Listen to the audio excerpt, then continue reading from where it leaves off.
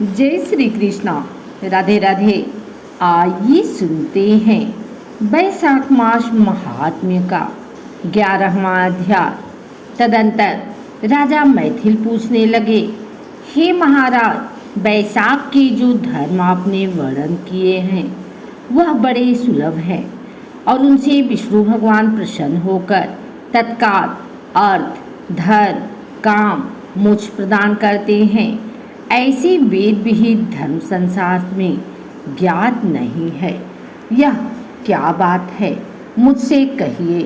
श्रुतदेव बोले, हे राजन, बैसाख मास के कर्तव्य धर्म प्रख्यात क्यों नहीं है और अन्य धर्मों की संसार में ख्याति क्यों है?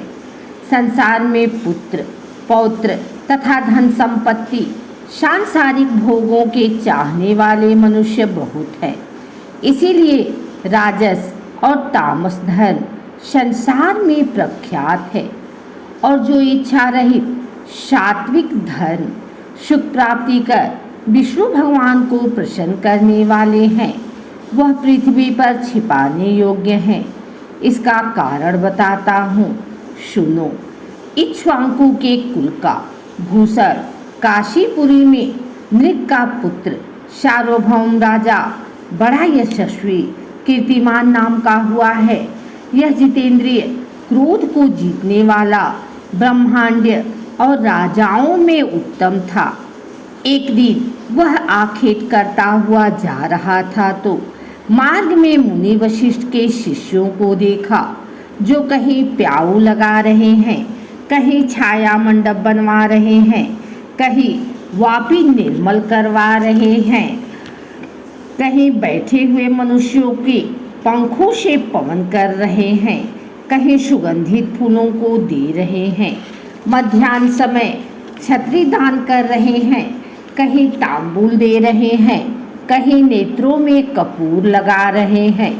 यह देख राजा ने पूछा कि तुम कौन हो और यह क्या कर रहे हो?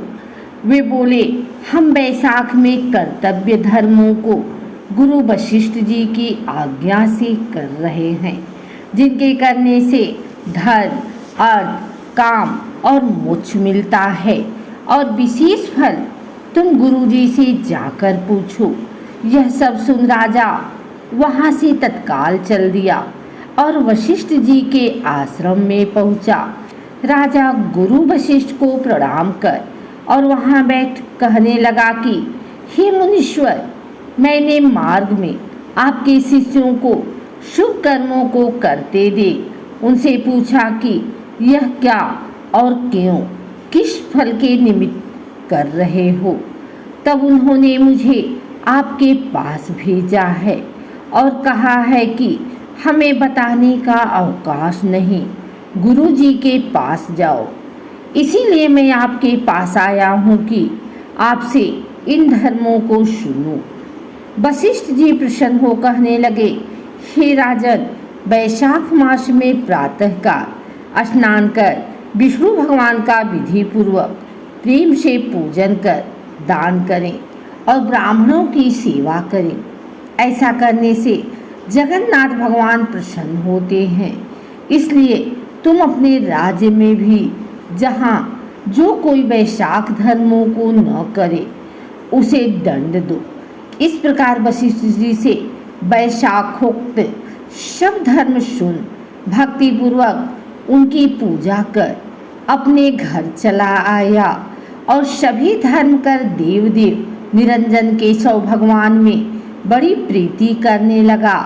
हाथी पर ढोल रखवाकर अपने राज्य में मुनादी करा दी कि 8 वर्ष से 80 वर्ष के वृद्ध पिता, पुत्र, भार्या या इष्ट मित्र कोई भी हो जो मेष की संक्रांति में सूर्योदय से पहले स्नान नहीं करेगा और बैसाखोक्त धर्मों का पालन नहीं करेगा, उसको चोर के समान दंड दे देश से निकाल दूंगा। गांव-गांव में धर्मोपदेशक ब्राह्मण नियुक्त कर दिए और धर्महीनों को दंड देने के लिए 10-10 हजार नियुक्त किए।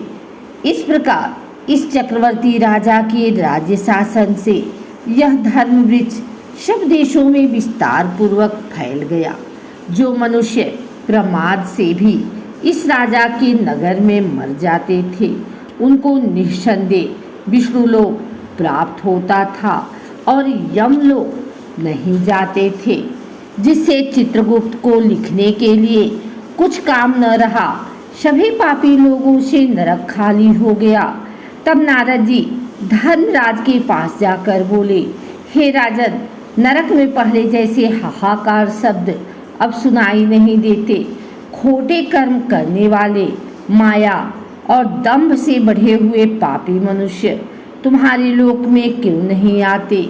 और चित्रगुप्त भी हाथ पर हाथ धरे बैठे हैं, इसका क्या कारण है? तब धर्मराज बोले, हे नारद, आजकल पृथ्वी का राजा ऋषिकेश पुराण पुरुषोत्तम का बड़ा भक्त है।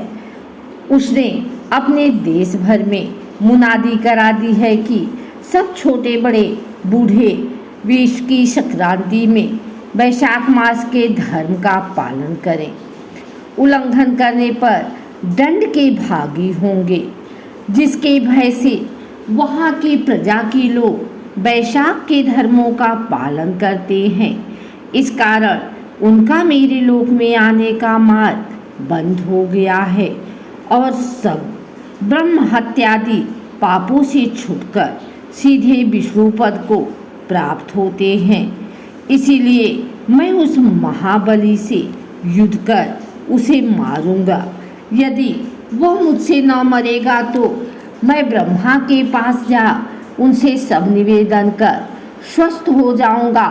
इस प्रकार नारद जी से सलाह कर मृत्यु, रोग, जरा आदि सेवकों तथा 50 कोटि यमदूतों को ले स्वयं यमराज दंड उठा भैंसा पर चढ़ पृथ्वी पर आए और शीघ्र ही उस राजा की पुरी की ओर घेर महाशंखनाद करने लगे। जब राजा ने यह सुना कि यम में यह पुरी घेरी है, तब अत्यंत क्रोध कर अपनी सब सेना सजा नगर से बाहर आया।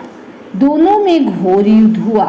राजा ने यम की सारी सेना आदि को जीतकर क्षण भर में भगा दिया, जिससे क्रोध कर यमराज ने अपने अनेकों बाण चलाए और ढाल तलवार उठा राजा को मारने को आया। तब राजा ने 3 बाणों से यमराज के धनुष, ढाल, तलवार आदि सब काटकर गिरा दिए और एक तीक्ष्ण बाण यमराज के मस्तक में मारा। तब यम ने क्रोध कर अपना दंड उठाया और उसको ब्रह्मशस्त्र से अभिमंत्रित कर राजा के ऊपर छोड़ दिया।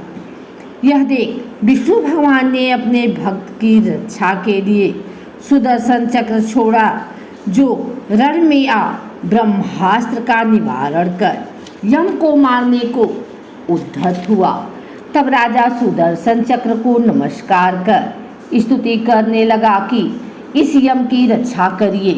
तब सुदर्शन चक्र राजा की स्तुति करने पर वैकुंठ को चला गया और यम बहुत उदास हो ब्रह्मा जी के पास गए, जहाँ लोकपाल और दिक्पाल बैठे हैं, उपासना कर रहे हैं।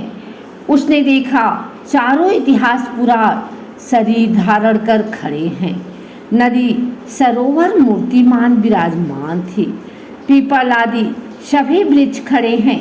बापी कुआं, तालाब और पर्वत सब मूर्तिमान हैं। दिन रात, पक्ष मास, कला काष्ठा, निमेष, ऋतु, अयन, युग, संकल्प, विकल्प, निमेष, उन्मेष, ऋक्ष, योग, करण, पूर्णिमा, अमावस्या, सुख दुख, भय लाभ, अलाभ, जय अजय, शतोगुण, रजोगुण, तमोगुण, शांत, मूढ़, अतिपव, प्राकृतिक विकार, कफ, वात, पित्त आदि सब चराचर मूर्तिवान सीवन में खड़े हैं। उनके बीच में यमराज सेवकों सहित लज्जावान हो मुख मलिन कटे वृक्ष की भांति जा गिरा और त्राहि त्राहि पुकारने लगा, जिसको देख सभी वो आपस में अचरज से कहने लगे कि यह यम के यहाँ आने का क्या कारण है। जिस यम को काम से क्षण भर भी अवकाश नहीं मिलता, जिसके वस्त्र फट रहे हैं, चित्रगुप्त भी इसके पीछे पीछे ही आया करते हैं। यमराज कहने लगे, हे कमलासन, मेरी प्रतिष्ठा भंग हो गई, मुझे खूब पीटा है, मेरे वस्त्र आदि छीन लिए हैं, आपके होते हुए मेरी यह दुर्गति हुई है। यह शुद्ध सभा में बड़ा भारी कोलाहल हुआ।